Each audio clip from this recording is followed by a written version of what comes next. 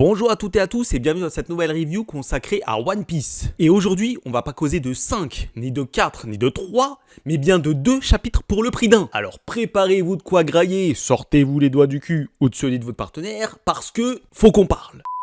Donc, le chapitre démarre ma foi assez bien, puisqu'on assiste à un échange entre Im et Xebec, juste avant que ce dernier ne soit totalement possédé, qui nous permet d'avoir davantage d'informations et qui m'a à peu près rassuré. Étant donné que je craignais qu'on passe de suite à autre chose et qu'on ne s'attarde pas suffisamment sur le passé d'Im.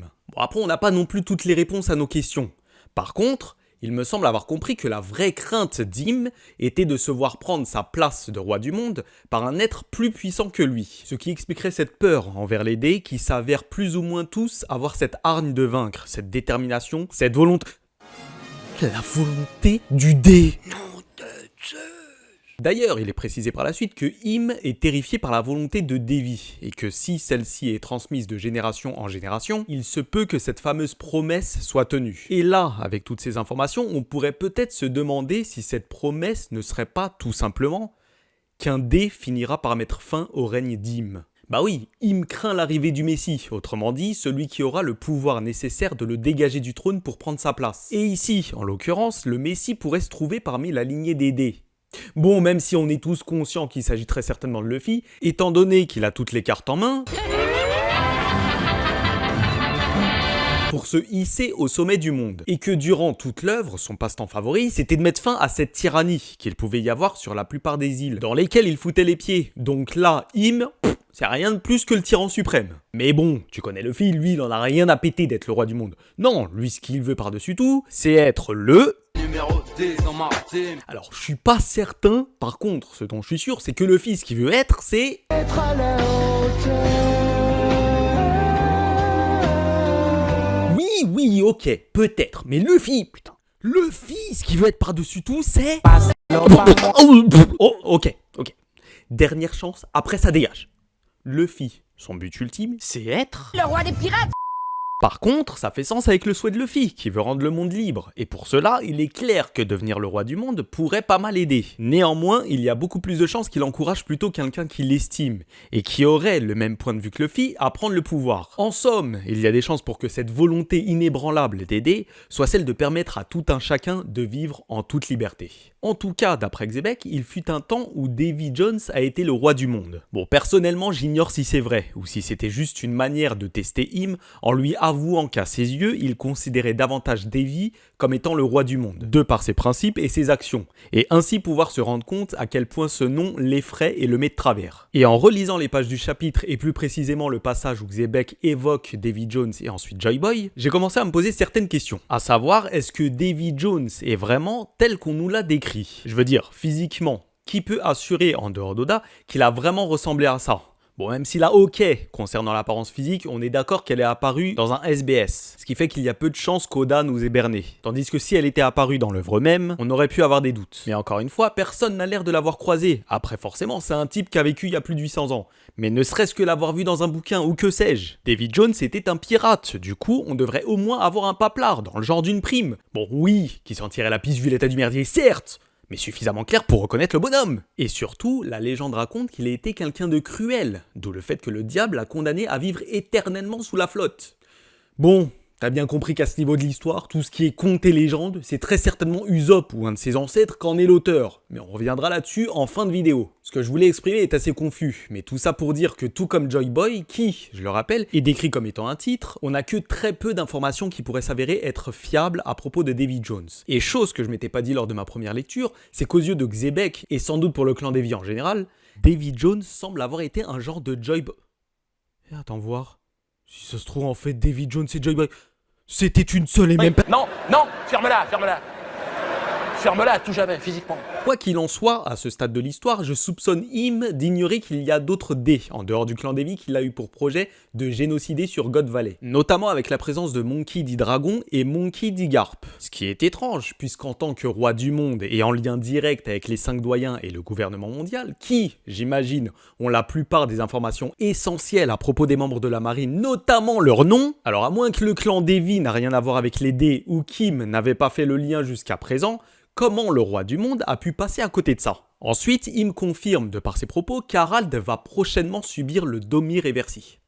Et Xebec nous quitte définitivement. Enfin, presque. Donc, après que le capitaine des Rox envoie voler le dragon volant en le chopant par les moustaches et après avoir fait goûter son genou à Lénine, il fait face à Barbe Blanche. Leur affrontement fait de tels dégâts que God Valley en subit littéralement les conséquences. Et là, ne comptez surtout pas sur moi pour faire le rapprochement avec ce qui pourrait être une référence à la tour sud du World Trade Center, qui s'est effondrée le 11 novembre 2001 à 9h59 précise. Non, monsieur, dame, je n'aurai pas cet affront de vous rappeler ce tragique incident. C'est au-delà de mes forces. Et comme on n'a pas le temps pour les niaiseries et autres affrontements épiques, Xebec passe d'un combat qu'il a très certainement plié en un claquement de doigts à la chasse aux dévis et se retrouve donc face à sa femme et son fils. Eris comprend de suite la situation et met le doigt sur le fait qu'il était très certainement encore trop tôt pour que son mari affronte Sangharling. Oui, parce que moi au départ je supposais qu'elle faisait référence à Im, mais que nenni, jusqu'à preuve du contraire, elle ne l'a pas croisé. Cependant, elle a probablement vu le père et la grand-mère de Xebec se faire changer par un des chevaliers divins ou autre, mais surtout, la dernière chose qu'elle a vue avant de prendre ses jambes à son cou, c'est son mari faisant face à Sangharling. Puis, voulant au moins sauver le dernier membre du clan Devi, à savoir Teach, elle décida de sauter à la flotte, mais c'était sans compter le fait qu'elle était prise en sandwich entre son mari et la marine. Quand soudain, Kuma, sorti de nulle part, mais pas tout à fait, puisqu'il semble avoir vu quelques cases plus tôt, utilise ses coussinets pour téléporter in extremis les deux membres du clan Devi, et lui par la même occasion. Et à ce moment-là, Im a l'air d'être sûr de lui, quant à la mort des deux rescapés. Et au départ, je me suis dit qu'il aurait pu s'en assurer, puisqu'au-delà de la peur qu'il pourrait avoir, il ressent une haine viscérale envers le clan Devi. Donc, la moindre des choses aurait été d'être formel sur le décès de chacun des membres et de ne pas bâcler le travail. Puis, je me suis dit qu'il ne ressentait peut-être tout simplement plus leur présence, étant donné que Kuma les a fait disparaître. Mais là encore, ça ne fonctionne pas. Pour la simple et bonne raison que quand Im a remarqué la présence d'Eris et de son fils, il ne les a pas ressentis.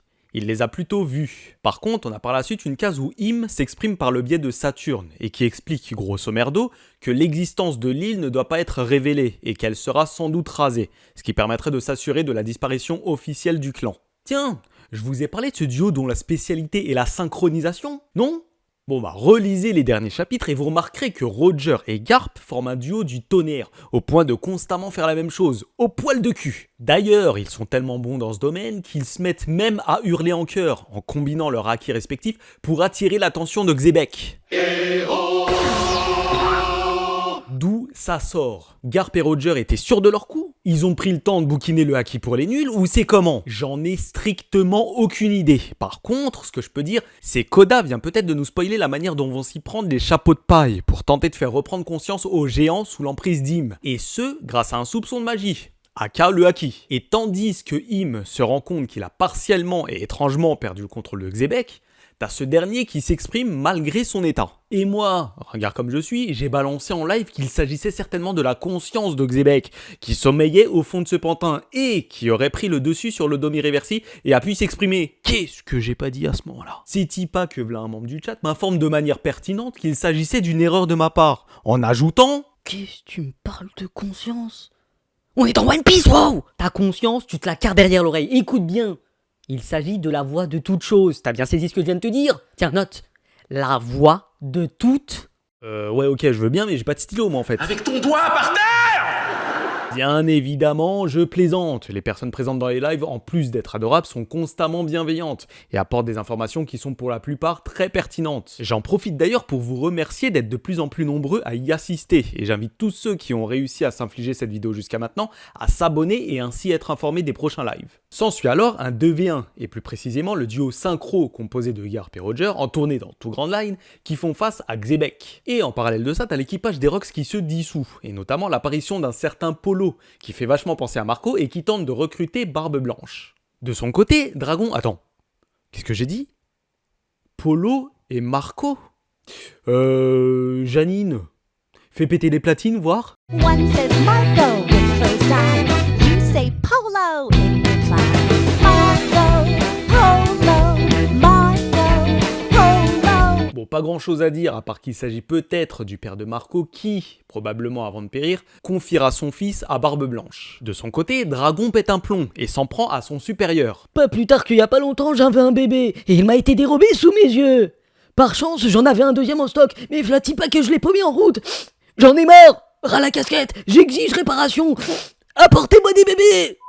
Du côté de Xebec, le combat se poursuit. Et non, Encore une fois, je ne soulignerai pas le fait qu'on a à nouveau cette impression de voir cette fois-ci la tour nord du World Trade Center qui s'est effondrée le 11 novembre 2001 à 10h28 précise. Mais j'aimerais plutôt attirer votre attention sur cette double page. En effet, il y a eu un débat autour de ces pages, à savoir celui de tenter de deviner qui était responsable de cette fissure dans le ciel. Certains pensaient qu'il s'agissait de la combinaison des trois Aki, tandis que d'autres supposaient qu'il ne s'agissait là que de l'œuvre de Xebec. Alors selon moi, les deux points de vue peuvent se défendre. Néanmoins, si on regarde cette case, on voit que le Haki n'a l'air d'être déployé que par Xebec. Et c'est à ce moment précis que le ciel est fendu et que les spectateurs le remarquent. On pourrait donc en conclure que seul Xebec en est responsable, ce qui ferait d'ailleurs sens avec le fait que sa puissance a soudainement augmenté grâce au dôme irréversible. De plus, si on regarde la dernière case du chapitre, on voit le Haki déployé par Garp et Roger, et visiblement le ciel n'a pas l'air de se fendre en deux. Mais bon, là encore je ne suis sûr de rien, et j'imagine que selon la mise en scène qu'on aura dans l'animé, on pourra avoir le fin mot de toute cette histoire. Mais plus important encore, cet affrontement permet d'avoir un échange assez intéressant entre Garp et Roger. Notamment ce passage où Roger demande à Garp de faire partie de son équipage. Bon certes, même si on pourrait se dire que Garp aurait dû foutre le camp de la marine après avoir assisté à tout ça, et à la rigueur convaincre ses hommes d'en faire autant, à mon sens, la raison qui justifie son refus peut se comprendre, puisque j'imagine qu'une telle décision aurait des conséquences. Quoi qu'il en soit, ça fait clairement sens avec ce qu'on a pu voir. Alors, je crois que c'était sur l'île de la Ruche où Garp a risqué sa vie pour venir en aide à son petit protégé Kobe. Et c'est d'ailleurs le cas pour tout capitaine qui se respecte. Je doute que Roger quitterait son équipage pour la marine, malgré les circonstances. Mais le plus intéressant à mes yeux à ce moment-là, c'est que Garp n'a pas apporté un refus catégorique à Roger. Enfin, si, ce que je veux dire, c'est que d'après ce qu'il dit, dans d'autres circonstances, et si ces soldats n'avaient pas une si grande importance à ses yeux, il est très probable qu'il aurait pu suivre la voie de la piraterie. Et l'autre truc intéressant, et après promis je vous emmerde plus avec les trucs intéressants, c'est le fait de se remémorer les fois où il a fait face à Luffy et a tenté de le convaincre de se ranger du côté de la marine. En tout cas, tout ça présage une possible alliance entre la marine ou une partie de la marine et les pirates, ou une partie des pirates, face à Im. À moins bien sûr que Garp se fasse dôme irréversé à son tour. Maintenant, en ce qui concerne Xebec, j'avais parlé dans ma précédente review d'un possible passage où on le verrait craquer, suite à ce qu'il pourrait faire à sa famille, et pourquoi pas craquer et fondre en larmes. Et il s'avère que c'est quasiment ce qui se passe, à l'exception qu'il le fait en suppliant ses adversaires de lui venir en aide. Bon, bien évidemment, autant ça m'étonne pas des masses de voir autant de flottes sortir de ses orifices, Oda nous a bien habitués à ça, autant je m'attendais pas à ce qu'il soit au plus bas. Là, on est sur de l'humiliation. Merci Oda! Arrête de chialer, s'il te plaît. Un peu de panache, merde. Bien entendu, j'exagère. Ici, selon moi, Oda nous montre simplement que Xebec a beau avoir été décrit comme étant un être d'exception, de par son parcours, il n'en reste pas moins un être humain. Semblable à un Luffy qui chialerait impuissant face à Ace, ou encore Nico Robin qui verserait toutes les larmes de son corps en affirmant qu'elle souhaite vivre. Et c'est peut-être ce qu'Oda a voulu nous montrer également à travers le clan Devi, que Xebec souhaite plus que tout protéger. Je pense que c'est aussi une manière de mettre en évidence le fait que Xebec a plus que jamais besoin de l'aide de Garp et Roger, et que sa réaction est la preuve que sa démarche est sincère. Mais hormis tout ça, je m'attendais plutôt à le voir s'effondrer pour une autre raison. Par exemple, en prenant conscience qu'il a tué sa femme de ses mains. Et ce sous le regard apeuré d'un jeune Teach qui aurait justement été traumatisé par une telle scène à laquelle il aurait assisté malgré lui, et qui aurait pu justifier celui qu'il deviendra quelques années plus tard, même si on est parfaitement d'accord que rien ne pourrait justifier ses crimes. Et pour finir avec la réaction de Xebec, qui pourrait paraître mal dosée pour certains, en ce qui me concerne, je suis plutôt sensible aux personnages qui, au premier abord, peuvent donner l'impression d'être insensibles, finissent par perdre pied et baisser leur garde. C'est ce qui est d'ailleurs arrivé à Kizaru vis-à-vis de Vegapunk à la fin de l'arc Egghead. Et pour apporter un autre exemple qui n'a rien à voir avec One Piece, il y a le personnage de Theodore Bagwell, aka T-Bag, personnage fictif tiré de la série Prison Break, que t'es obligé de condamner d'entrée de jeu quand tu connais son palmarès. Et pourtant, il a réussi à me toucher plus d'une fois. Enfin, quand je dis toucher, peut-être pas le terme idéal quand tu fais référence à lui. Sans déconner, moi je suis un genre de Goku face à Raditz. Je me fais attendrir en moins de 30 secondes par la pire des ordures, mais facile. Et enfin, on a le dénouement du combat, où grosso merdo, Garp et Roger parlementent pendant des plombes, simplement pour te faire comprendre qu'ils vont utiliser une quantité de haki tellement élevée qu'ils risquent d'être totalement HS. La défaite de Xebec conclut alors les événements sur God Valley. Événement dont, comme nous le savons, le gouvernement mondial apportera une interprétation plus ou moins différente au monde entier. En conclusion, on peut dire que cette partie du flashback tient à peu près ses promesses, dans le sens où tout ne s'est pas passé comme on nous l'avait raconté au préalable. Même si, pour ma part, je trouve qu'il y a parfois eu des soucis de rythme. Même si j'ai été agréablement surpris sur certains passages, d'autres m'ont laissé sur ma faim. Notamment des passages que j'ai pu évoquer dans mes précédentes reviews, mais aussi cette scène où l'on a pu voir Xebec annoncer du lourd après s'être incrusté chez Im sans prendre la peine de retirer ses godasses et qui t'a balancé cette fameuse réplique, le fiac posé au sol, I'll be back. mais qui finalement n'a pas eu l'effet escompté lors du face-à-face entre lui et Im. Quoi qu'il en soit, God Valley nous aura appris une chose. Méfiez-vous de ce qui est dit dans One Piece, ne prenez rien pour argent comptant. Attendez d'avoir un flashback qui mettra en image tout ce qui s'est réellement passé. Tout le reste, c'est un ramassis de mensonges. Et les personnes présentes dans les lives, en plus d'être adorables, sont constamment bienveillantes et apportent des informations qui sont pour la plupart très pertinentes. Pour ce qui est de la suite des opérations, il y a de fortes chances qu'on enchaîne avec le cas Harald, en passant, pourquoi pas, par Eris et Teach, qui ont l'air d'avoir été tirés d'affaire, ce qui pourrait être intéressant au vu des échanges qu'il pourrait y avoir. Mais une chose est sûre, c'est qu'une page se tourne, et parmi tout ce que je retiendrai personnellement de tout ça, c'est que quoi qu'on puisse en penser, Rox dit Xebec, ou plutôt Davy dit Xebec, fut un seigneur des pirates qui aura marqué l'histoire. Merci à toutes et à tous d'avoir regardé cette vidéo jusqu'au bout. Comme d'habitude, abonnez-vous, likez, partagez, commentez, zoukez. Faites-vous plaisir, c'est ma tournée. Et en attendant la prochaine review, n'hésitez pas à passer me voir en live. Allez, prenez soin de vous. Ciao!